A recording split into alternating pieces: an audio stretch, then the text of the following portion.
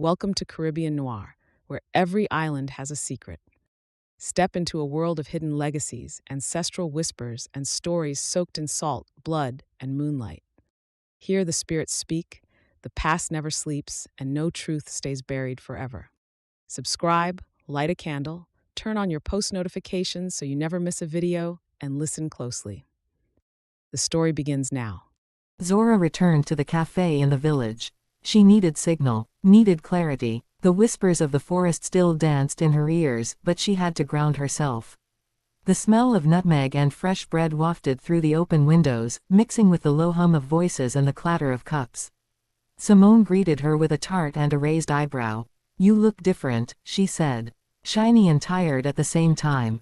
Zora laughed softly. "That's about right." She opened her laptop, but before she could search for return flights, she heard her name. Two men stood nearby, the same ones from before. This time, they didn't lower their voices. "She's the one with the Tucson property," one said. "We need that land for Phase 3. Zora's stomach turned. They weren't just planning to take the land, they were planning to erase it. Replace it. The ancestral home and the forest around it would be flattened, turned into roads and villas and sanitized, eco-lodges. Her fingers hovered over the keyboard. She could sell, walk away, let it go. The city was still there. Her contacts, her clients, the buzz and order of that life. But her grandmother's voice echoed in her mind, and the images from the river dream returned. Women weaving, singing, birthing in shadows, building something sacred.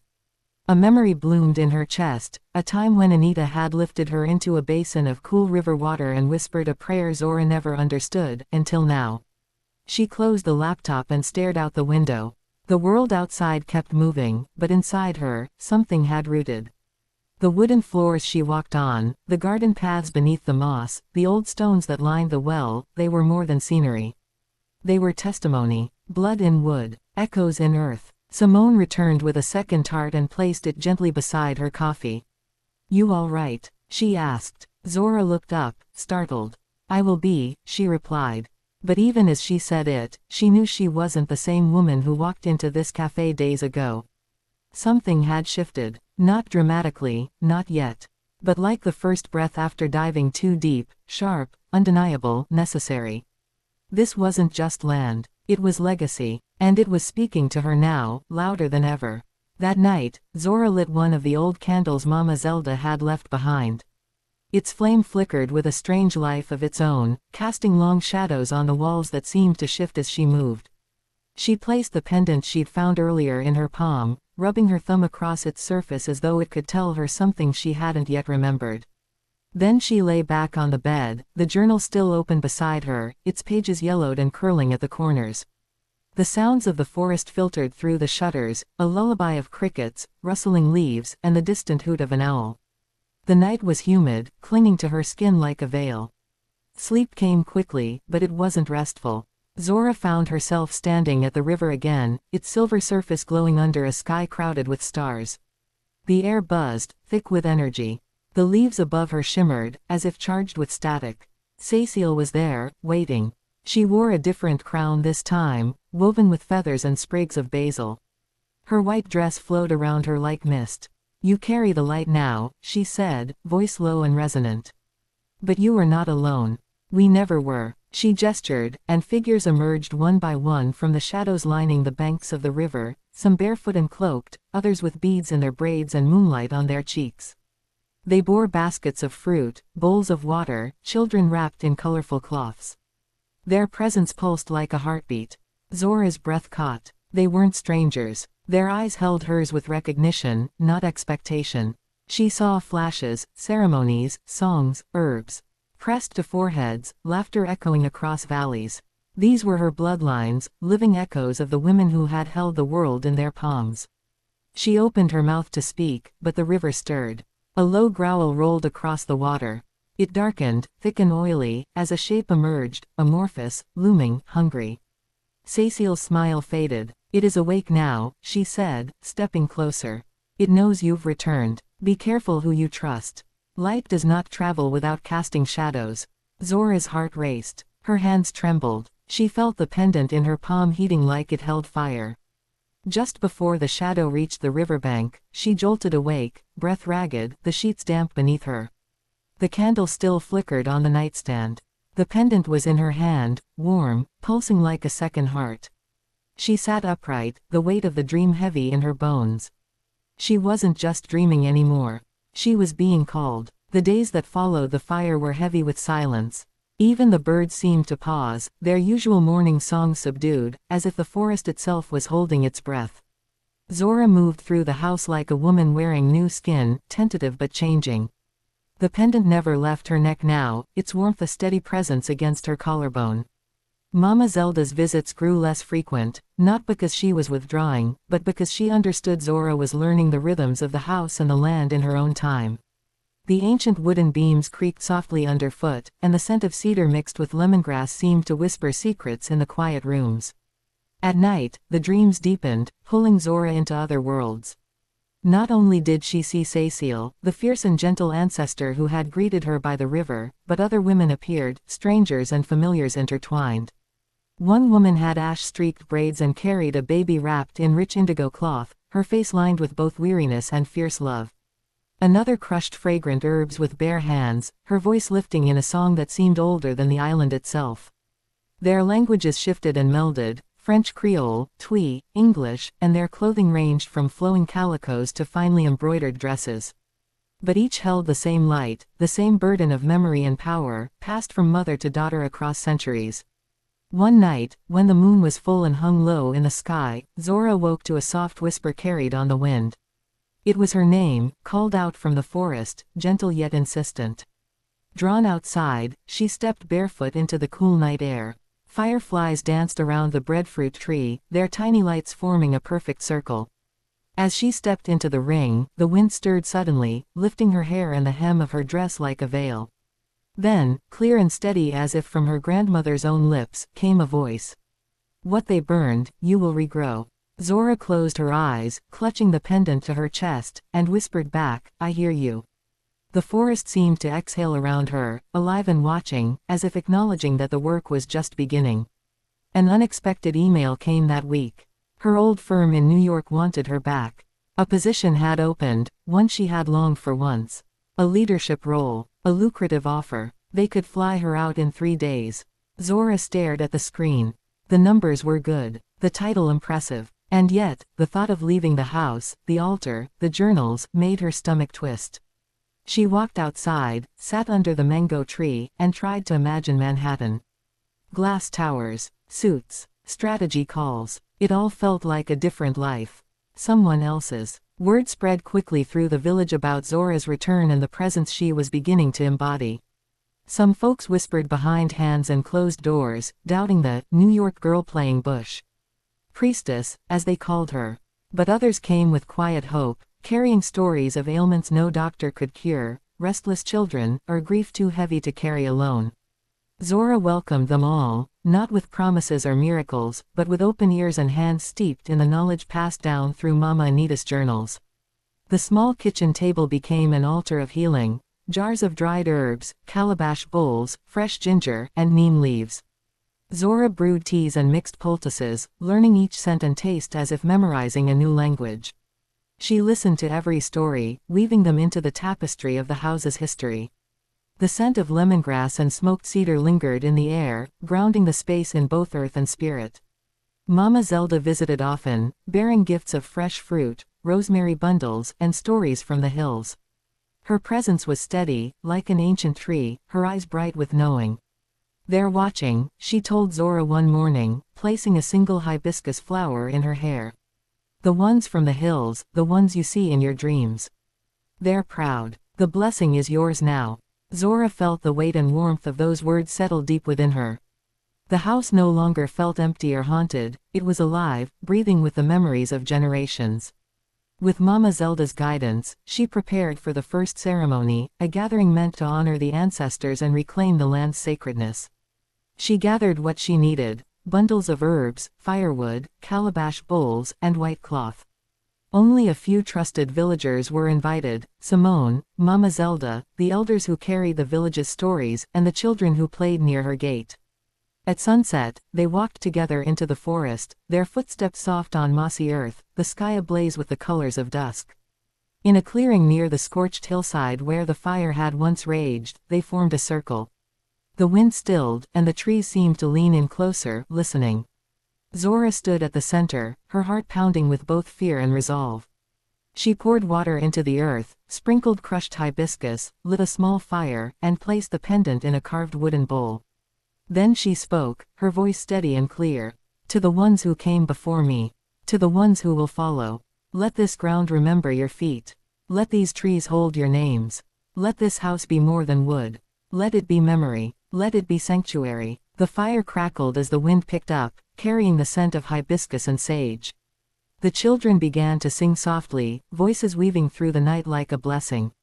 Zora closed her eyes and felt the pulse of the land, the presence of her ancestors, and the deep roots taking hold beneath her feet. Mama Anita's house was no longer just a place. It was a living story, one she was proud to tell. Dawn broke soft and golden over the village, casting long shadows across the worn wooden floors of Mama Anita's house. Zora sat on the veranda, a calabash cup of tea warming her hands. The forest shimmered with dew, alive with the quiet calls of birds and the rustle of leaves stirred by the gentle morning breeze. The house breathed differently now, not with the uncertainty of days past, but with steady, calm purpose.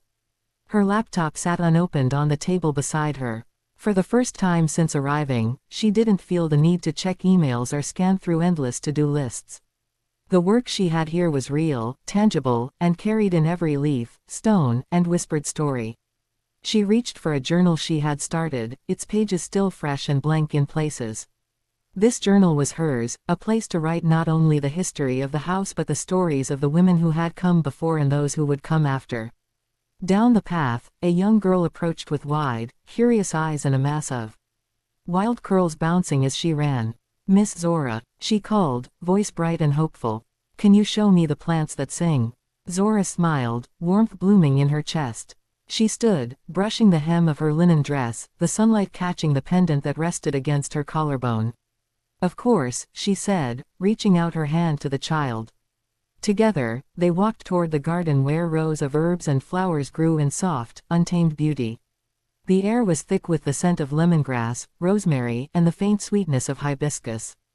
Zora bent down to touch a leaf, whispering its name and story, then handed it to the girl, who listened with wide eyes and eager wonder. As they moved through the garden, Zora felt the future unfolding around her, not just in the plants or the soil but in the children who would grow here, learning the old ways with new hearts. Mama Anita's house was no longer just a relic or a mystery. It was a home, a school, and a sanctuary where roots grew deep and strong. The wind carried stories forward like seeds on the breeze, and Zora knew, with a quiet certainty, that the legacy was alive and well. It was hers now to nurture, and to pass on. The first retreat group arrived on a humid morning, the sky heavy with the scent of rain and earth. 5 women from different corners of the diaspora stepped through the gate of Mama Anita's house, each carrying a quiet hope and a history they rarely spoke aloud. They were scholars, artists, healers, mothers, each drawn here by the stories Zora had shared, by the promise of something deeper than a vacation, a place to reconnect with roots long forgotten. Zora welcomed them barefoot, dressed in a soft linen dress that swayed with the warm breeze, the pendant she wore gleaming softly against her chest. The house smelled of lemongrass, smoked cedar, and fresh earth, a scent that wrapped around the women like a balm. They settled quickly, unpacking their bags, curious eyes bright with anticipation and a touch of nervousness. The days unfolded slowly. They walked the land beneath the towering breadfruit trees, their hands brushing against moss and wildflowers. They bathed in the cool, clear stream, the water rushing over smooth stones like a cleansing song. At night, candlelight flickered across their faces as they wrote in journals, sharing stories they'd never told before, of lost grandmothers, broken promises, and the yearning to belong. Zora listened, offering herbal teas brewed from the recipes in Mama Anita's journals. Sometimes she simply sat quietly, allowing space for healing and reflection. On the final night, under a sky heavy with stars, Zora led them to the altar beneath the breadfruit tree. She spoke the names of the women who had come to her in dreams: Anita, Cecile, Juliet, Yaya, Zelda, and then her own. One by one, the women added their names to the circle, voices blending into a soft chorus of remembrance and promise. The forest seemed to hum in response, the trees swaying gently as if affirming the sacred gathering. "This is no longer just a house," Zora said, her voice steady and warm. "It is a remembering place, a home for our stories, our healing, and our futures." As the women settled around the fire, sharing songs and laughter, Zora felt the weight of her journey lift, replaced by a fierce joy. Mama Anita's house was alive, not just with memories but with the power of renewal. Zora awoke just before dawn, the air still and heavy with the scent of night jasmine. A soft breeze slipped through the open shutters, carrying with it the hush of the forest, the kind of hush that asked you to listen rather than speak. She moved quietly through the house, stepping barefoot across cool floorboards worn smooth by generations. In the kitchen, she lit a candle, brewed bush tea with lemongrass and orange peel, and sat at the table with her grandmother's journal open before her. She traced the inked margins with her fingers, recipes, dreams, spirit messages. But something new stirred in her now. It wasn't just about preserving the past. It was about shaping the future. She turned to a fresh page in her own journal and began sketching again. A second cottage hidden deeper in the trees, a larger gathering circle paved with river stones, a workshop space open to the sky, where stories and songs could be offered like libations. The retreat had shown her what was possible. Now she wanted to expand, not in size, but in depth. She wanted to root the experience deeper in the land, to honor the wisdom that came not only through spirit but through hands in soil, feet in water, and hearts cracked open. Later that afternoon, Malik appeared at the gate, his shirt damp with sweat and a coil of rope slung over his shoulder. "Heard you're building something," he said with a crooked grin. Zora nodded, stepping out to meet him. "Not something," she replied. "Many things. But it starts with a path. I want to clear the trail beyond the breadfruit tree. There's more land back there." Together, they walked into the shade of the forest, machete and laughter in hand, the trees parting like old friends. It was hard work, clearing brush, hauling branches, but it felt sacred, like unearthing stories that had waited centuries to be told. By the time the sun began to dip behind the hills, their arms were scratched, their clothes dirty, and their spirits wide open. Zora sat on a fallen trunk, looking back at the house just visible through the trees. It stood tall, weathered, and warm, wrapped in golden light. She turned to Malik, breath steady. "This land isn't just mine," she said. "It belongs to every woman who never had a place to exhale." Malik reached for her hand without a word, and in that quiet, the forest responded with a breeze that rustled every leaf as if in agreement. The next few weeks passed in a rhythm that felt both ancient and new. Mornings began with soft bird calls and the steady hush of the trees. Zora rose early, tying her hair in a loose scarf and stepping out into the misty air barefoot. Her days were filled with clearing land, tending to the garden, and writing, pages upon pages of vision, of lineage, of healing. At night, she lit a lantern and read by its glow, the journal of Mama Anita beside her, like a compass always pointing inward. The trail she and Malik had cleared open to a secluded space, a patch of land where the light came through the canopy like a blessing. There, they built a circular bench from old driftwood and stone, surrounding it with herbs, basil, mint, fevergrass, and wild thyme. Mama Zelda visited once with baskets of cassava bread and her quiet smile. She stood in the new circle, nodded once, and whispered, "It remembers." But not all memories were gentle. One evening, as Zora cleaned the prayer room, she noticed the candle she'd left on the altar had burned itself into a puddle, but the flame remained, hovering like a whisper above the melted wax. Then she heard it, a faint, rhythmic knocking. Not at the door. From beneath the floor. Her breath hitched. She knelt, ear to the wood, and the knocking grew louder, 3 knocks, then a pause. Over and over. Zora's hands trembled as she lit another candle and began to speak aloud. "If you are of the light, you are welcome. If not, you must leave." The knocking stopped. But that night, her dreams were fractured. Cecile appeared, her robes wet and torn, her eyes full of urgency.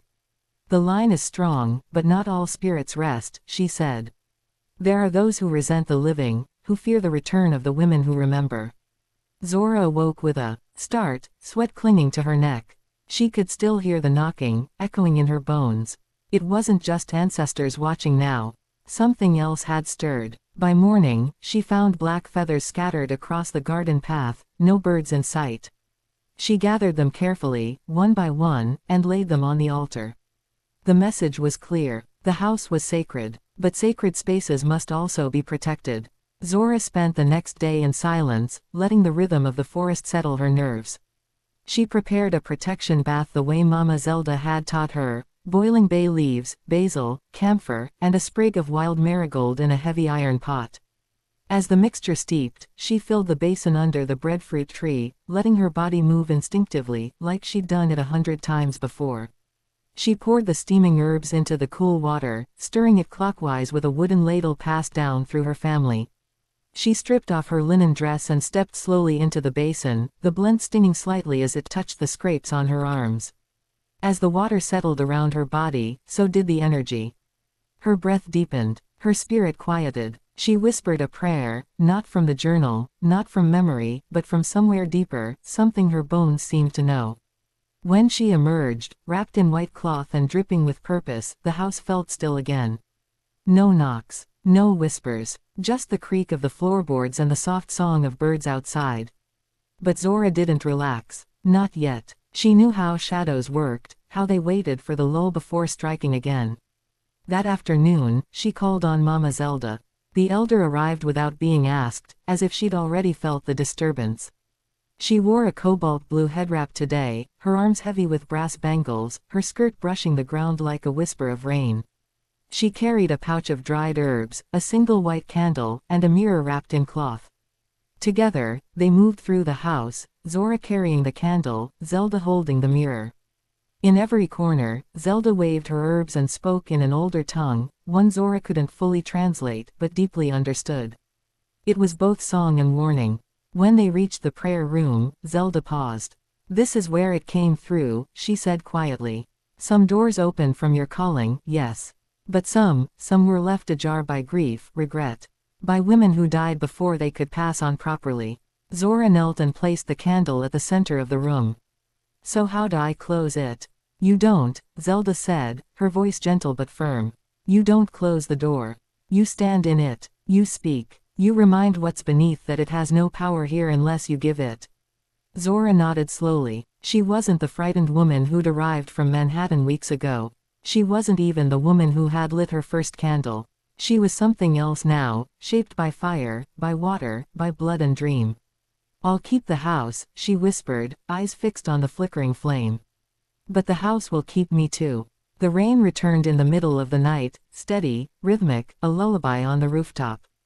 Zora lay awake, eyes fixed on the wooden ceiling, listening to the sound as if it carried messages meant just for her. She had placed a protective circle of salt around the prayer room before bed, sprinkled Florida water on the thresholds, and tucked a sprig of basil under her pillow. The house felt safe now, not sealed, but balanced. Guarded. In the morning, everything was drenched in silver. Mist curled through the trees, and the veranda floorboards glistened with dew. Zora stood at the edge of the house, wrapped in a shawl, sipping bitter bush tea. The scent of wet earth filled her lungs. Below, the garden drank deeply, the herbs reaching skyward like arms in praise. She noticed Malik, walking up the trail, his boots caked with mud, a canvas bag slung over one shoulder. He looked tired but steady, his eyes holding something softer than usual. He handed her the bag without speaking. Inside were small tools, hand-carved wooden signs, and a small bundle of dried lavender. "For the new path," he said, rubbing the back of his neck. "Thought it deserved a name." Zora's brows lifted. She smiled. They walked the trail together, the one they'd cleared weeks ago. The leaves brushed their shoulders, the smell of wet bark and moss rich and grounding. At the clearing, Zora helped him hammer a sign into the ground. It read, "Path of Return." He looked at her sideways. "Too much." She shook her head. "Perfect." They sat on the stone bench beneath the trees, the air quiet except for the steady drip of rain from the canopy. Zora pulled her knees to her chest. "I think I understand now," she said. "Why this land needed to call me back. It's not just about me. It's about all of us, what we lost. What we're still trying to remember." Malik nodded. "You're giving it back. The memory. The place to heal." They sat in silence after that, the kind that didn't need filling. Zora looked out across the clearing, her heart beating in time with the pulse of the forest. In the distance, the call of a conch shell echoed faintly through the mist, a signal used long ago during rituals, meetings, and war. Zora didn't know where it came from, but she knew exactly what it meant. The ancestors were gathering again. That night, Zora lit 7 white candles in the prayer room, one for each woman she had seen in her dreams, one for each generation she had come to know by name. Their faces had become familiar: Cecile, with her river-deep eyes; Juliet, the midwife with jasmine in her braids; Yaya, who carried fire in her laughter; Anita, her grandmother, the last living Lightkeeper before her. The room glowed with warmth, not just from the flames, but from presence. The air grew thick with the scent of burning sage and sweet bay rum. The walls seemed to hum softly. Zora sat cross-legged in the center, the pendant resting over her heart, Mama Anita's journal opened before her. She read aloud the names, slowly, with reverence. I see you. I carry you. And then, something new happened. The pendant began to pulse, soft at first, then strong, like a heartbeat. The room shimmered. Not visibly, not like a flicker of light, but inside her, like her bones were being stirred by sound only she could hear. The veil between worlds had thinned again, but this time it was gentle. Welcome. She closed her eyes and saw them, not in the distance, but close, seated in a circle with her. Each woman held something: a bowl, a baby, a broom, a drum. Symbols of their lives, their power. Zora felt her throat tighten, tears stinging behind her lids. You were never alone, said a voice, not from one woman, but from all of them. Zora opened her eyes, and though the room appeared empty, she could feel it brimming with spirit. She picked up a pencil and began to write, not just ideas for retreats or business plans, but instructions. Rites, medicines, remedies. She let her hand move freely, recording what came through without judgment. The house, it seemed, had decided she was ready. Later, as the candles burned low and the moon hung high, Zora stood at the window overlooking the garden. Something caught her eye: movement among the herbs. She stepped out quietly, barefoot in the damp grass. A small bird, black with golden eyes, sat perched on the edge of the basin under the breadfruit tree. It stared at her, unblinking, before letting out a single, piercing note and flying off into the trees. Zora exhaled. The message had been received. She turned back toward the house, feeling not like a visitor anymore, but like a keeper. The next morning arrived with a cool hush, the kind that wrapped around the house like a shawl. Zora rose before sunrise, feeling both rested and charged, like she'd been dreaming while awake. She tied her head in a soft indigo scarf, slipped into a cotton shift, and walked barefoot out into the garden. The earth beneath her feet was cool and damp, and the air held the crisp sweetness of a day waiting to be written. She walked the length of the garden in silence, touching the leaves of each plant: sweet basil, shadow benny, wild oregano, as if greeting old friends. When she reached the breadfruit tree, she stopped. A small calabash bowl rested at the base, filled with river stones and petals. She hadn't placed it there. Zora crouched beside it, her fingers hovering just above the offering. A single white feather rested on top, clean and delicate. She looked up slowly, scanning the forest edge. Nothing moved, but she felt it. Someone had come before dawn. Someone who knew the old ways. Later that day, she went to the village to see Simone. The cafe was half full, men sipping black coffee, a few women slicing mangoes and talking low. As soon as Simone saw her, she grinned and waved her over. You've been glowing lately, Simone said, pouring her a cup without asking. Word is, the spirits favor you. Zora laughed lightly. I don't know about that, but something has shifted. Simone leaned closer, dropping her voice. Then you should know. There's talk that someone is trying to buy the southern lot. The one just past your grandmother's ridge. Developers. Zora stilled. I thought that land was protected. It was. But protection papers get lost. Boundaries get blurred. And not everyone in the village has the same respect for history. Zora's stomach turned. The land she had begun to heal could be threatened, again. This time, not by fire or fear, but by greed. Steel and cement had no place among these trees. She left the cafe with a mind spinning faster than her feet. That night, under the weight of a sky full of stars, she sat at Mama Anita's altar and lit a black candle, the kind meant for clearing and protection. She ground bitter cola and dried lime in a bowl and whispered to the earth, to the river, to the women. Not this land. Not this time. The wind rose suddenly, tugging at the edges of her robe. From the edge of the forest, she swore she heard singing, low and layered, like voices braided through time. The house creaked behind her, a sound like approval. Zora didn't sleep that night. She sat on the veranda, wrapped in a shawl, the candle burning low beside her. Her thoughts raced, about the land, the developers, the way history always seemed to circle back wearing different masks. She couldn't let Mama Anita's land fall into the hands of men who saw only profit where spirit lived.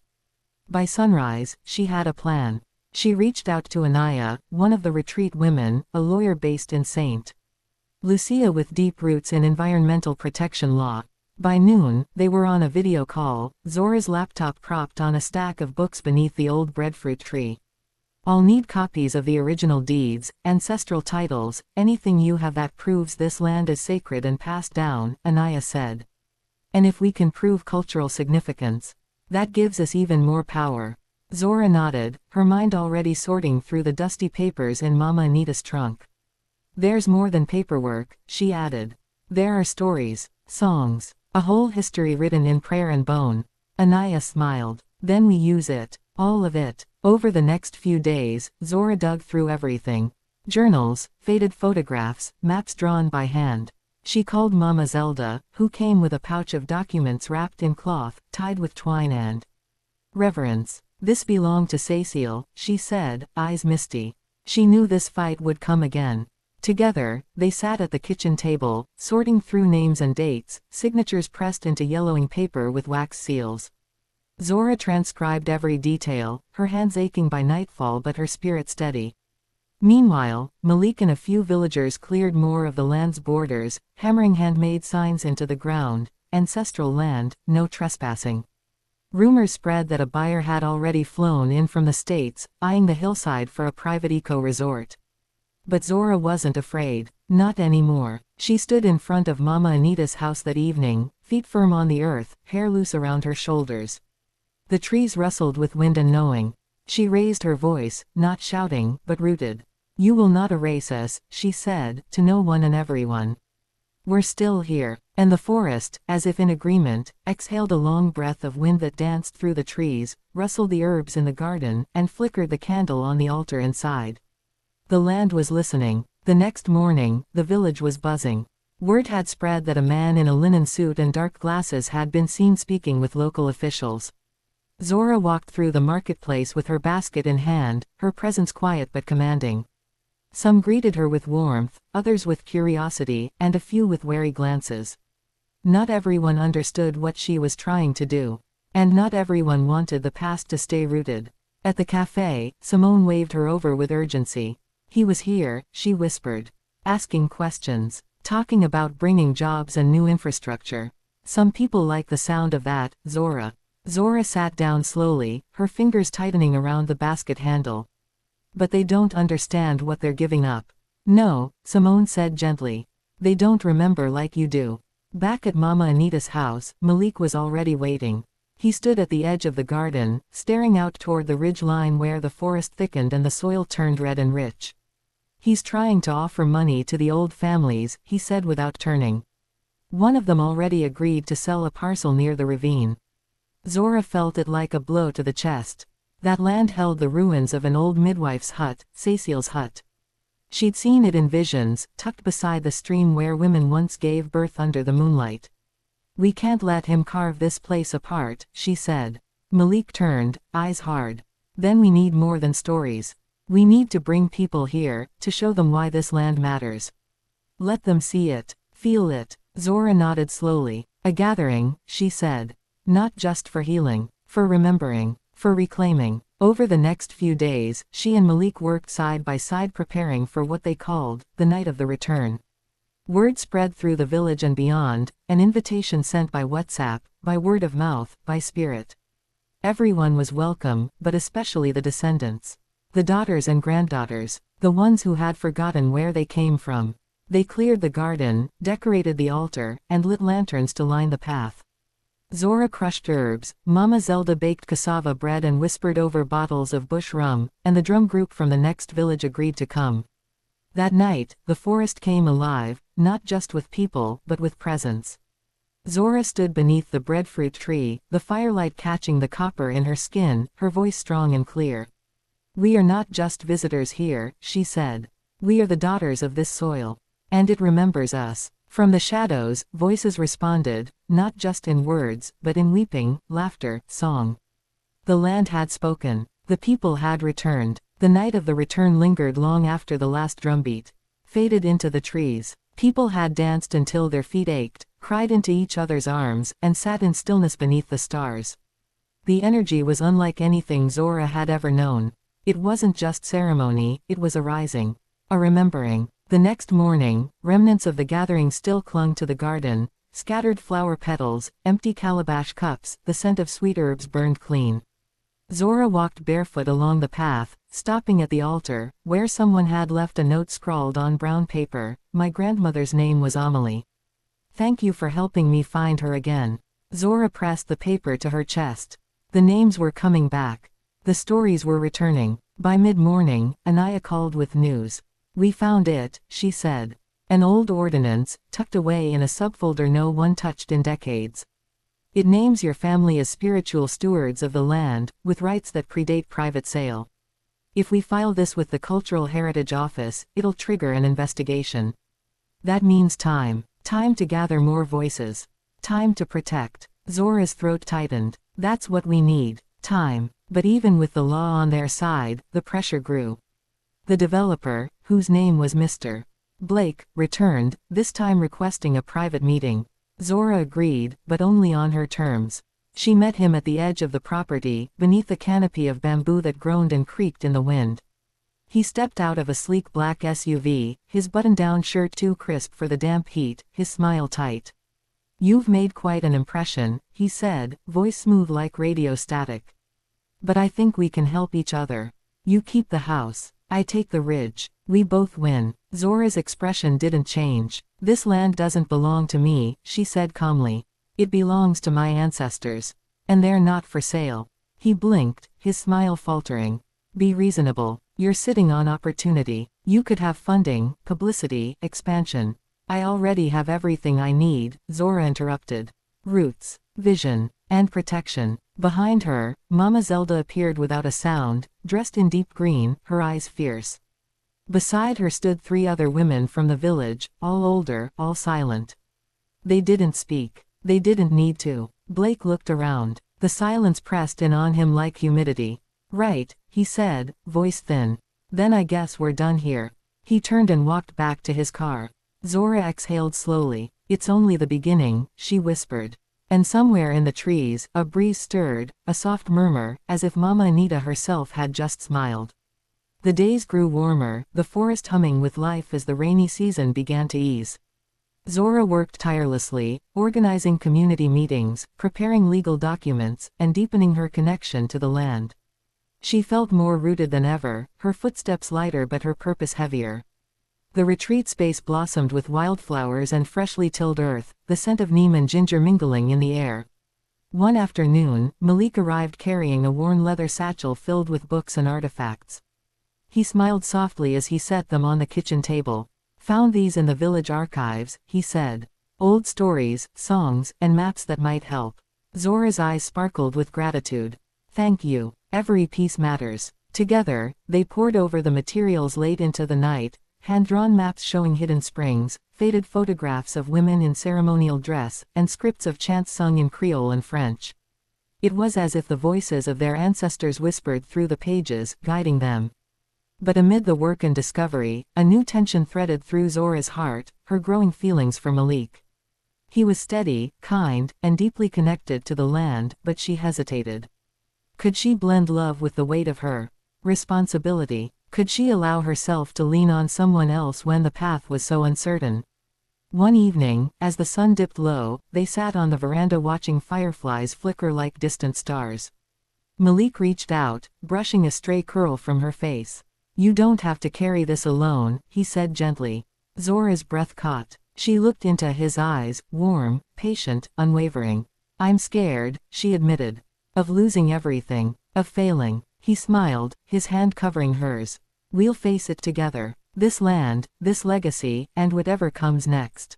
In that moment, the forest seemed to breathe with them, alive, hopeful, and endless.